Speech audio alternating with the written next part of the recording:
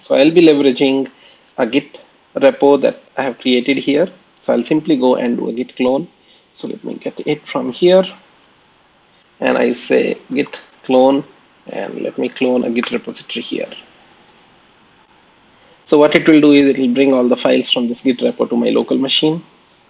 Now, once I have got that, what I'll do is I'll go to that Vagrant CentOS, and here what I do, I'll say Vagrant up.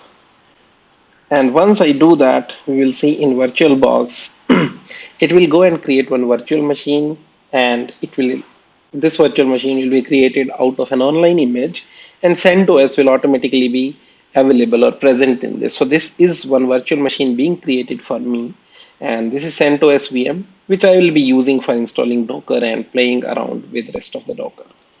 Right. So this is a server that I'm going to use. I'm not going to install anything on my local host machine. Everything that we do, every experiment that we try will be done in this VM. So this is the first thing that we are doing. We are setting up a new server, a machine, which is a virtual machine, in which we will be doing all these steps. So we will be installing Docker in that. We'll be running Dockers in that virtual machine. So that is what the agenda is. So let's take a look what is happening. So if we see, it imported a box from online, CentOS 7 box. It is setting some of the properties on this virtual machine, and it will boot this virtual machine and give this in a running state to us. So that will mark our step one. And once the server is up and running, we will be able to kind of log on to the server, SSH to the server, and play around with that. So we see it has completed. The virtual machine is running. I can simply say Vagrant SSH server 1. So I will be logging into server 1. So we have logged into that. I can say hostnamectl.